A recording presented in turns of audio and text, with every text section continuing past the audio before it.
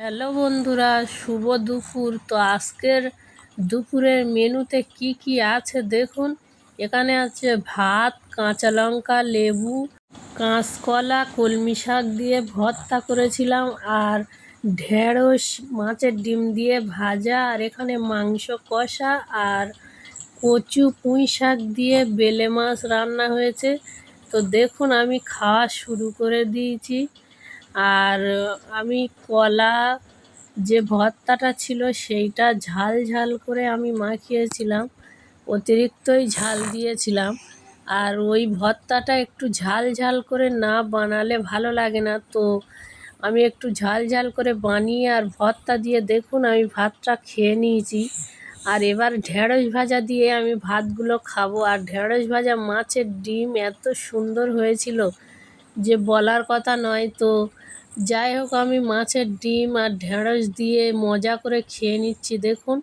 আর ঢেঁড়স ভাজাটা সত্যি খুব সুন্দর হয়েছে, কারণ ওতে অনেকটাই মাছের ডিম দেওয়া হয়েছিল, সেই জন্য ঢেঁড়স ভাজা দিয়ে খাওয়া হয়ে গিয়েছে। তো আমি মাছের তরকারিটা দিয়ে খেয়ে নেব। আর কচু এই সময় বুঝতে পারছেন যে কতটা সুন্দর লাগে খেতে, আর তার সঙ্গে একটু পালং শাক বা পুঁই শাক হলে তো আরও দুর্দান্ত হয় খেতে। আর আমি ঝাল ঝাল করে বানিয়েছিলাম কচুর তরকারিটার, এত সুন্দর টেস্ট হয়েছিল। আর তার সঙ্গে নোনা মাছ আরও তো সুন্দর হবে, বুঝতে পারছেন। তো আমি ওই কচুর তরকারি দিয়ে তার সঙ্গে একটু লেবু দিয়ে মজা করে দেখুন আমি খেয়ে নিচ্ছি মাছের ঝালটা দিয়ে।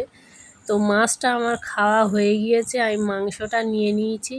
আর মাংসটা কষা কষা করে বানানো হয়েছে দেখুন, লাল করে মাংসটা, তেল ঝাল একটু বেশি করে দিয়ে বানানো হয়েছে। দেখুন কতটা সুন্দর কালার এসছে, আর খেতে এত দুর্দান্ত ছিল যে কি বলবো। আমি কাঁচা লঙ্কা আর লেবু দিয়ে আমি কত মজা করে খেয়ে নিচ্ছি দেখুন।